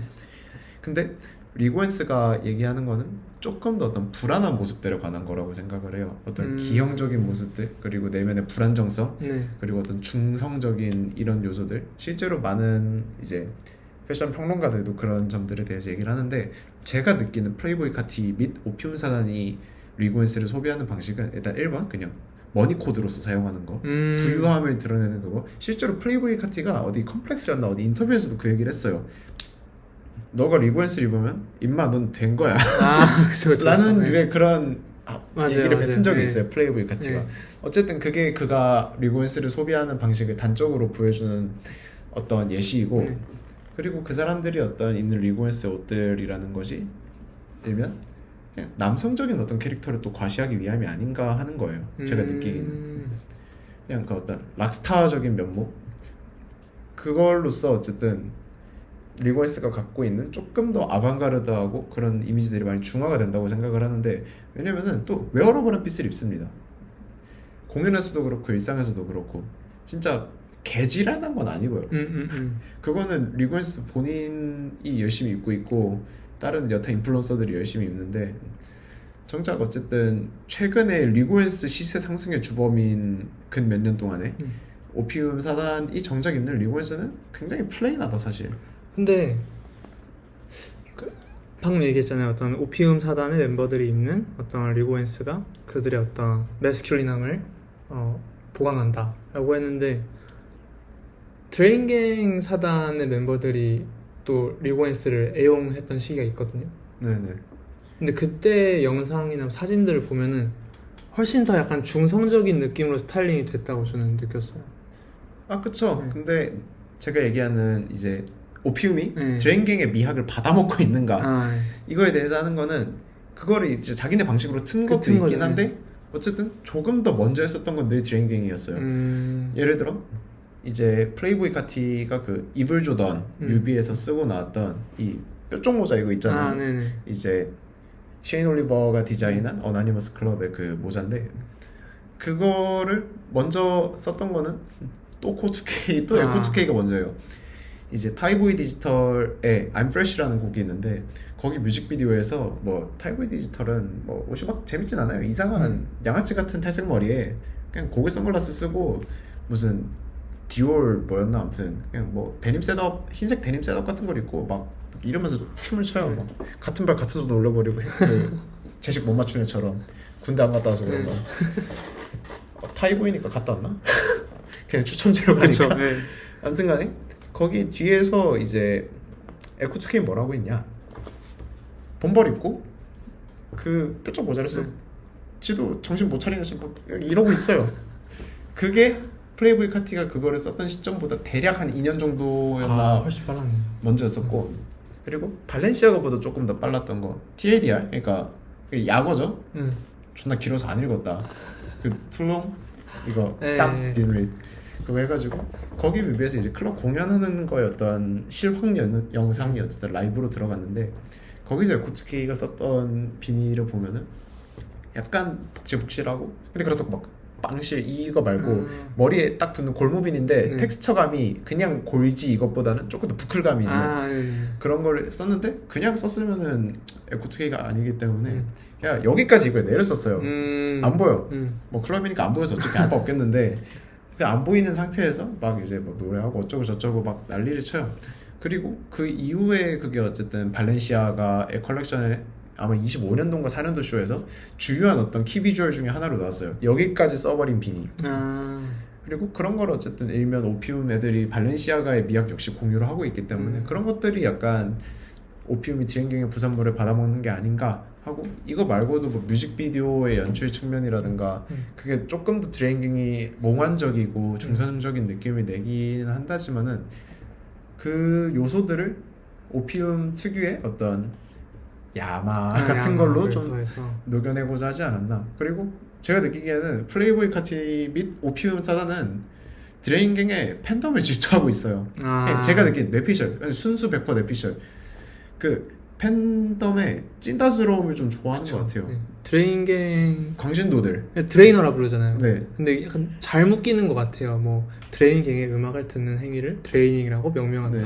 이런 거. 네. 솔직히 속되게 말해서 씹스럽잖아요. 네. 그게 뭔 얼마 오글거려요. 근데 그런 애들이 일면 트렌드를 이끄는 역할에 늘 위치해 있었다는 걸 한국으로 치면 오케이전 같은 거죠. 오케이전이 했었던 클라우드 랩 같은 뭐다 영덕의 영역이고 어쩌고 저쩌고 하겠지만 어쨌든 드레인갱의 그런 포지션이 되고 싶었었던 것 같아요. 제가 느끼기에는 오피움이라는 그 집단이 물론 지금 반응이 다 좀 시들하죠. 제가 볼 때 영린이 지금 싱글 하나 내도 뭐 론리가 내는 것보다는 잘 될 것 같습니다. 그리고 다시 조금 돌아가지고 어쨌든 이 대리적으로 컨텍스트를 보충을 계속 한다는 지점에 대해서 오피움이 리고엔스를 차기하는 그 방식이 어쨌든 매스큘린함 강조하고 뭐 부유함 나타내고 이런 것들이 실제로 그거의 부산물을 받아먹는 사람들에 의해서 끊임없이 재생산이 된다는 거예요. 래퍼들이 다크섀도우 입는 거 그만 좀 보고 싶어요. 솔직히 진짜 레임하고 재미없습니다. 맨날 그 시꺼멓게 입고 나와가지고 뭐 고스 닌자인 척을 하고 뭐 고스 닌자인 척을 하시고 돈 자랑을 하고 뭐 돈 자랑을 하시고 뭐 그 지가 뭘 하고 싶은지 모르겠다는 느낌을 좀 많이 받아요. 패션적으로. 그래 이게 유행이래 하고 음악도 웬만하면 그냥 유행하는 걸 해요. 레이지 유행할 때 레이지 하고 지금 또 이제 조금 더 디지코어나 디컨스러운 것들이 많이 유행을 하고 어떤 미감적인 측면도 이제 2010년대 리바이벌 많고 하니까 한국에서는 조금 발빠르게 수입한 게 이제 시스템 서울 같은 네. 그런 쪽이 될 거고 그런 거 앞으로 계속 나올 거예요. 시스템 서울은 노스텔지아를 자극하는 어떤 방면으로 그거를 펼쳐냈었다면은 이제 루시 베드록 같은 스타일의 그런 비주얼을 뽑아내는 놈들도 머지않아 한국 신화에서 나올 겁니다. 이미 나왔는데 제가 모르고 있는 걸 수도 있어요. 왜냐면은 지금 솔직히 해외 어떤 언더그라운드 힙합 중에서 굉장히 좀 메이저한 축의 그런 막 래퍼 루시 베드록, 뭐 프리티 펀 이런 애들을 듣는 사람들의 생각을 하면은 걔네들이 언더그라운드 트렌드의 어떤 중심이기 때문에 한국에서 이제 랩을 하고 있는 힙질이 분들이라면은 그걸 듣고 있을 겁니다. 만약 듣고 있지 않은 힙질이라면 레임한 거예요. 좀 열심히 리서치 좀 하시고. 아니 근데 저도 몰랐어요. 저도. 근데 당신은 힙질이가 아니잖아요. 당신. 그렇긴 한데 루시 베드록을 저도 이제 찾아봐가지고 알려줘서 네. 검색해봤는데 유튜브 구독자 3.5만이었나? 네. 너무 아래에 있는 거 아니에요? 뭔가 찾아내기가 좀 힘든 아티스트 아닌가? 그 정도면? 근데 그 뭐라 해야 되냐 스포티파이 같은 데서 청취자 수 추이는 생각보다 나쁘지 않고 아 그래요? 당신과 내가 그렇게 빠르지기는 제인 리무버와 구독자가 단 10,000명밖에 차이가 나지 않는다는 사실 그러, 알고 계셨나요? 그러면은 좀 웃기긴 하네요. 네, 그러니까 어쨌든 일명 궤도에 올라왔고 어쨌든 이 언더그라운드 뮤직 좋아하는 애들이 음악 접하는 경로에 뭐 어디 있겠습니까? 그냥 다 뻔하죠. 피치포크 보고 RYM 보고 뭐 그런 것들 그런 알고리즘에 잡히는 것들 뭐 예를 들어 뭐 페이크밍크 같은 애들 듣는 것도 그렇고 어쨌든 그런 미감들 그리고 계속 딴결로 새네. 근데 뭐 늘 정도를 간 적이 없어요 저희는.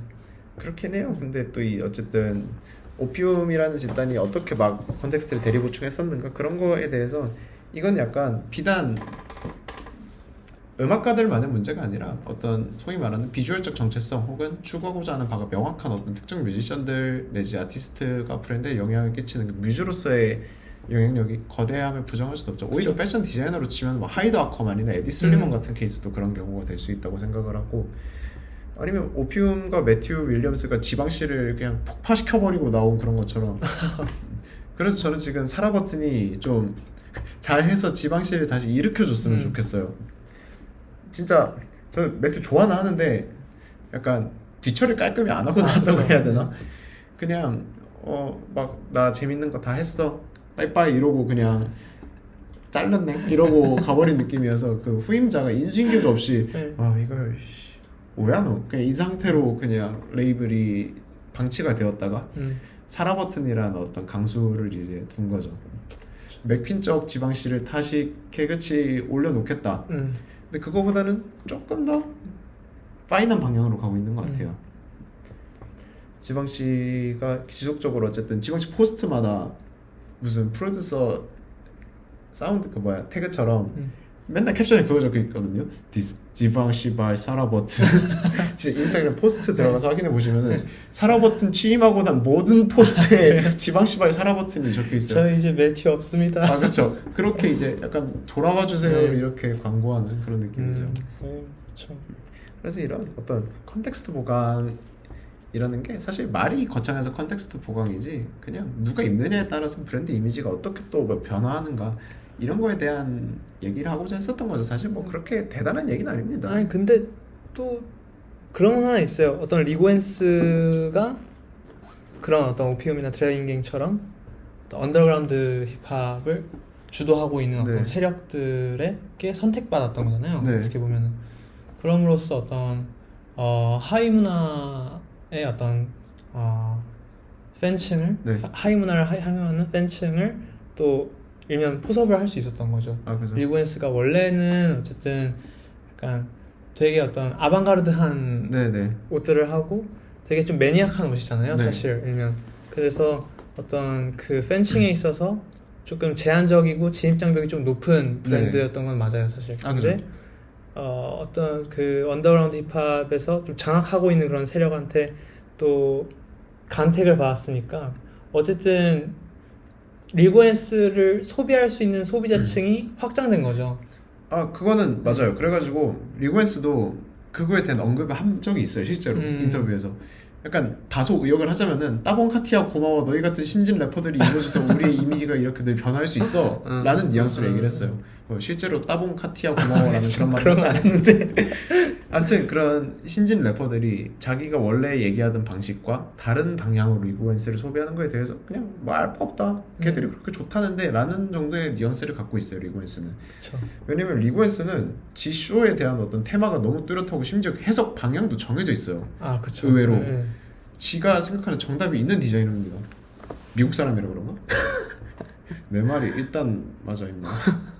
아무튼 그런데 리고엔스가 그래가지고 소비자층이 일면 넓어진 게 맞기는 해요. 왜냐면은 제가 백화점 가서 늘 리고엔스 매장에 들여다보면은 리고엔스에 원래부터 미쳐 있었던 그 리고엔스 매니아 카페 할 것 같은 분들이랑 돈 많은 아줌마들이랑 그리고 그냥 살 돈 없는데 저처럼 기웃거리는 패션 좋아하는 애들 딱 그 정도였었는데 그러니까 맨 마지막에 비중이 좀 많이 늘었어요. 살 돈 없지만 기웃거리는 애들의 비중이 좀 많이 늘었어요. 약간 바가지 메네라 머리한 남자애들이 특히 좀 많이 들락거립니다. 리고엔스. 근데 결국에는 이런 식의 이미지 소모가 어떤 컨텍스트를 새로 만드는 것도 있지만은 이게 매스하게 퍼지면은 결국에는 플랫해질 수밖에 없다는 거예요. 그쵸. 네.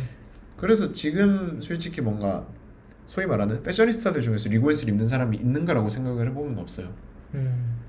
지금 리고엔스가 쿨한 브랜드냐라고 물었을 때 제 기준에 막 아주 쿨하다 이건 아니에요. 오히려 그 뚜렷한 세계관과 그런 아방가르드함을 펼쳐낸다는 거 있어서 무조건적인 어떤 저도 절대 숭배 경의 시선으로 보긴 하지만은 그렇다고 그들의 옷이 지금 현 시점에서 어떤 쿨한 옷인가 라고 넣고 쳤을 때는 저는 거기엔 다소 좀 갈고리가 찍히네요. 그쵸. 사실 아까 뭐 패셔니스타 중에 지금 리고엔스를 뭐 잘 착용하는 사람 생각해보면 없다라고 했는데 저도 생각해보면은 그 오피움이나 드레인갱을 제외해놓고 봤을 때 가장 좀 띄워졌던 거는 에이셈 라키랑 뭐 로버트 패틴슨 뭐 이런 사람들 그런 사람들 다 뭐 아니면은 저 누구야 발로텔리 마리오 네. 발로텔리도 그 축구 선수도 그죠.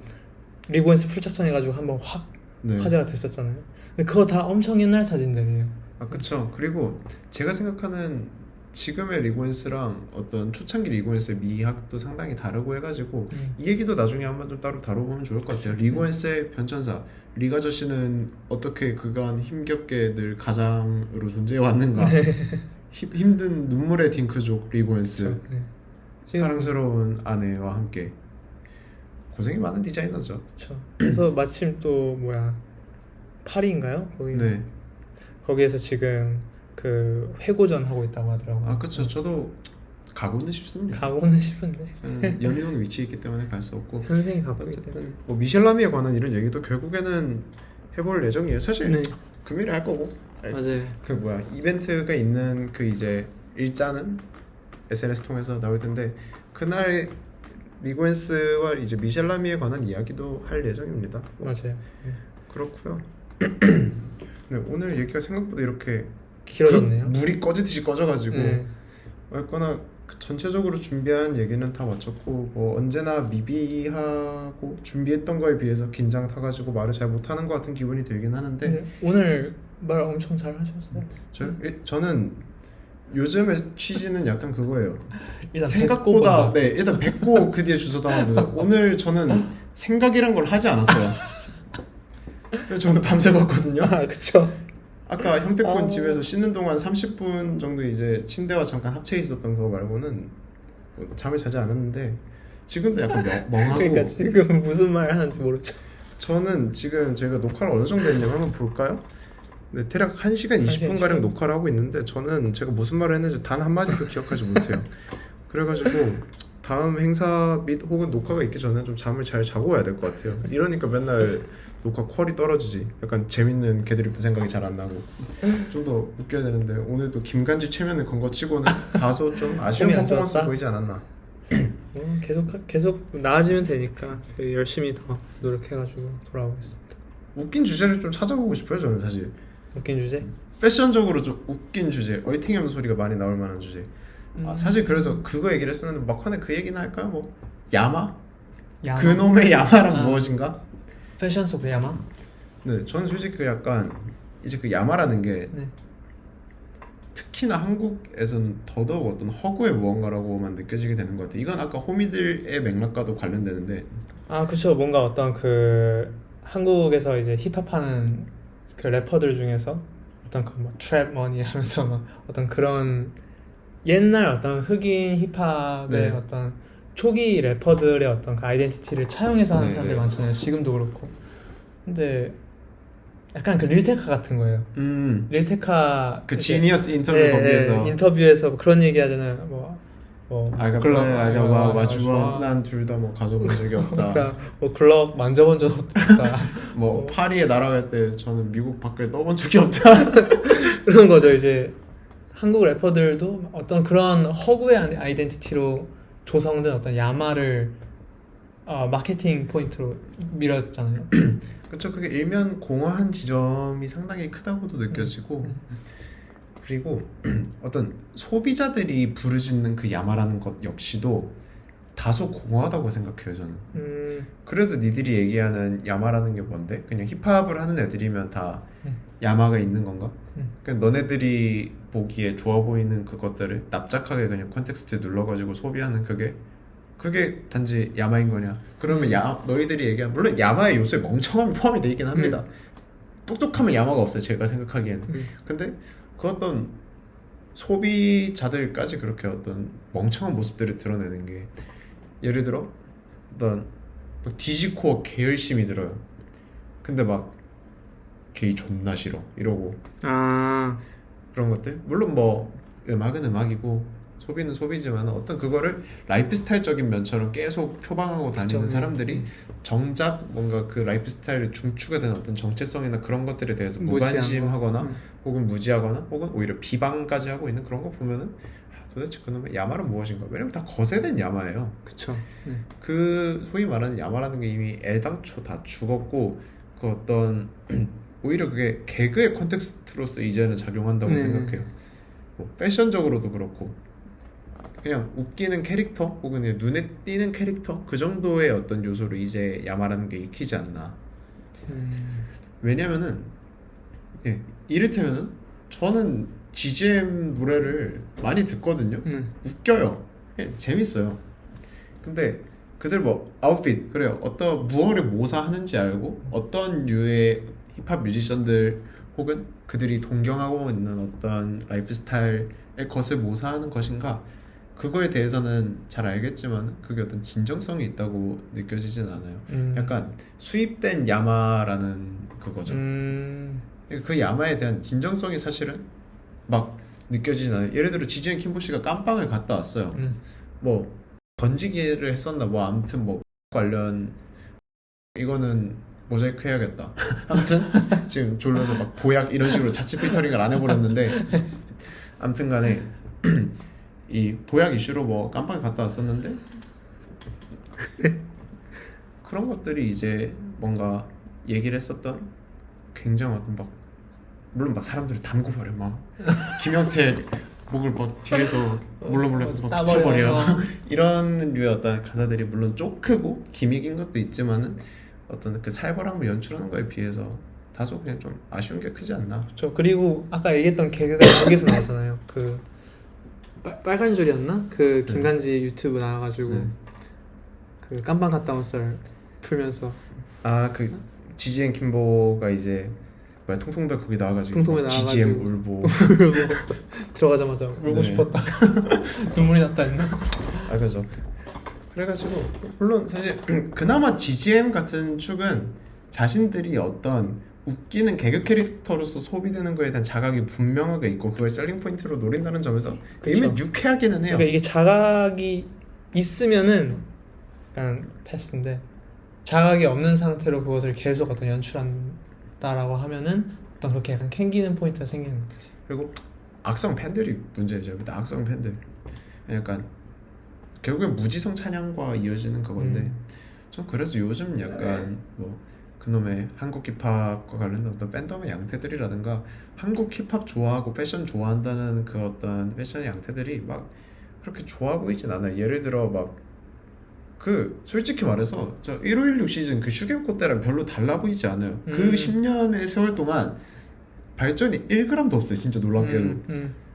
ERD 입으면 멋있고 팔리알리오드 입으면 멋있고 뭐 크로마치 입으면 멋있고 그놈의 하이페이스드 패션이라는 거에서 언제쯤 탈피할지를 모르겠어요. 그냥 솔직히 말하면은 그렇게 입는 사람이 예를 들어 저번에 얘기했을 때 영포티 조롱하고 그거도 그냥 얼탱이가 없는 소리예요. 그쵸. 그들에게 패션 역시 결국엔 뭐 그래 뭐 맨날 얘기하는 그 기호의 양상으로 흘러가긴 하지만은 약간 난 드림이 뭔지 안다, 네. 멋이 뭔지 안다를 이야기하는 놈들 치고 결국 걔들도 유행 따라가기 급급하고 어떤 브랜드 어떻게 하면은 번개 상태에서 더 매물 싸게 번질까 고민하는 그것밖에 안 되는 입장에서 멋있나 굳이 그래가지고 늘 힙합에 대한 양가 감정을 갖게 되네요. 힙합이 제 가장 어떤 중추적인 장르고 많이 듣는 장르이면서도 약간 점점 밴드는 멋이 없다.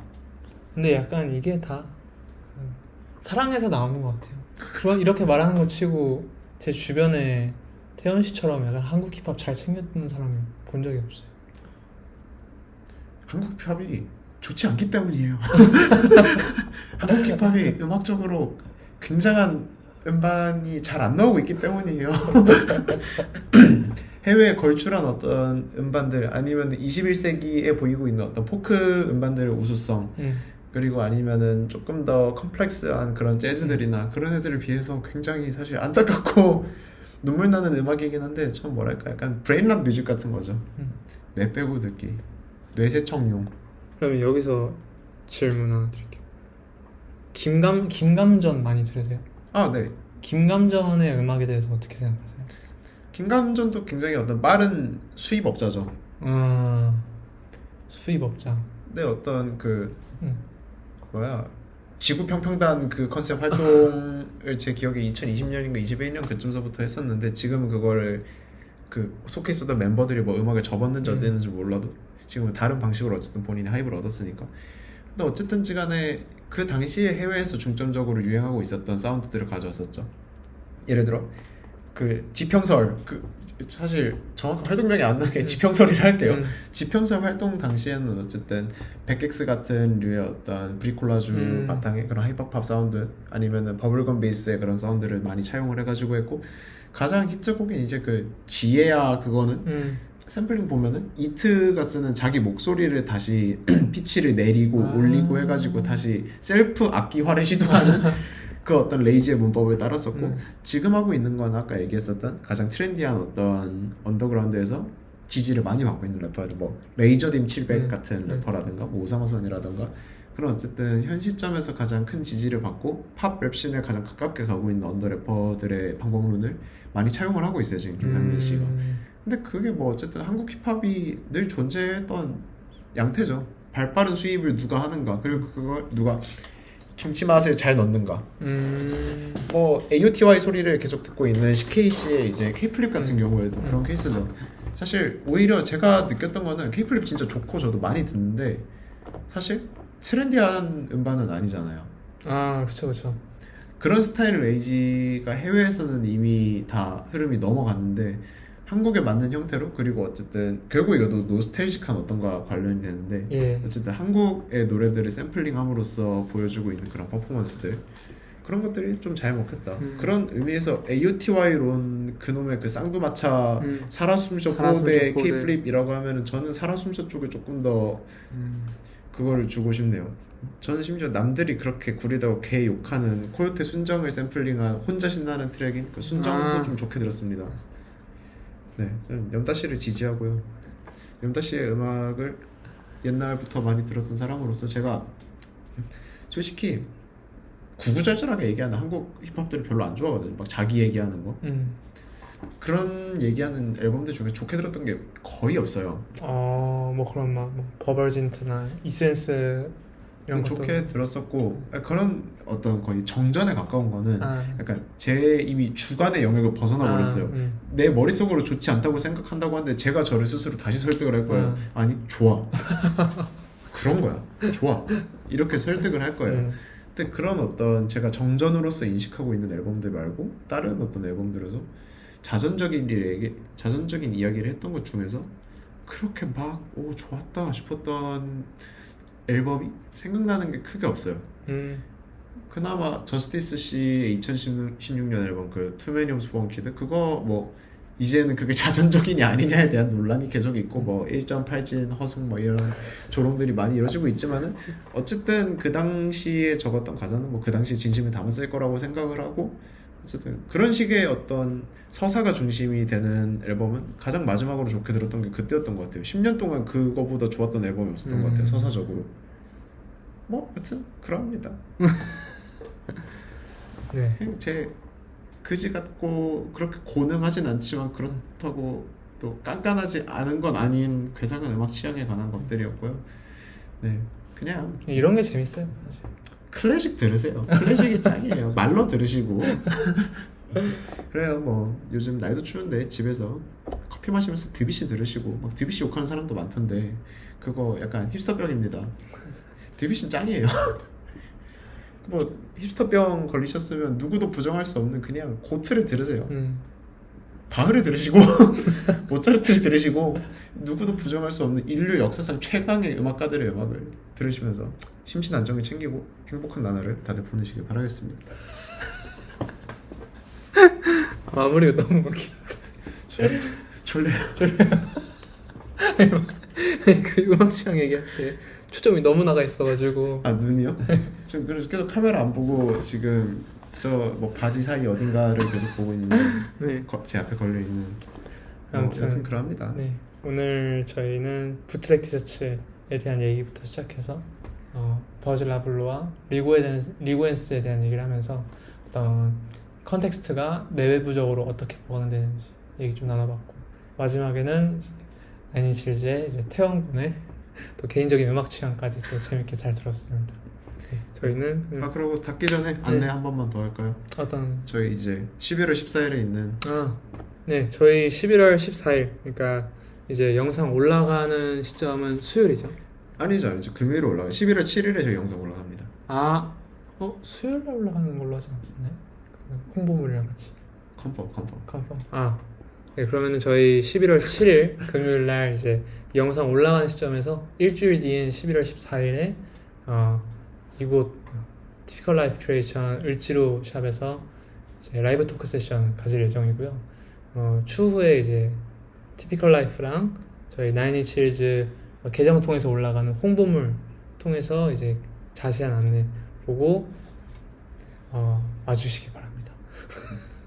이게 마지막 기회일 수도 있어요. 면전에 대고 저희에게 욕과 비난과 비판을 할 수 있는 마지막 기회일 수도 있어요. 저희가 하는 얘기가 헛소리가 많잖아요. 그럼 거기에 된다고 마음에 안 든다고 욕을 해주세요. 뭐 제 그런 막 취향을 밝히는 건 아닌데 네, 그냥 그 자리에서 어쨌든 사람들이랑 소통을 좀 하고 싶다는 생각이 들었고 그런 게 잘 맞아가지고 또 TLC랑도 같이 하게 된 거니까 맞아요. 네, 뭐 글 올라오면은 한번 봐주시고 시간 비면 놀러 오세요. 그쵸. 저희가 어쨌든 나인인칠즈 하고자 했던 어떤 의도도 어쨌든 여러 사람들이랑 같이 좀 그죠. 소통하기 위해서 저희가 한 것도 있고 저희 얘기 들려주고 싶어서 그런 것도 있고 티피컬 라이프 큐레이션도 어떤 새로운 어떤 커뮤니티성을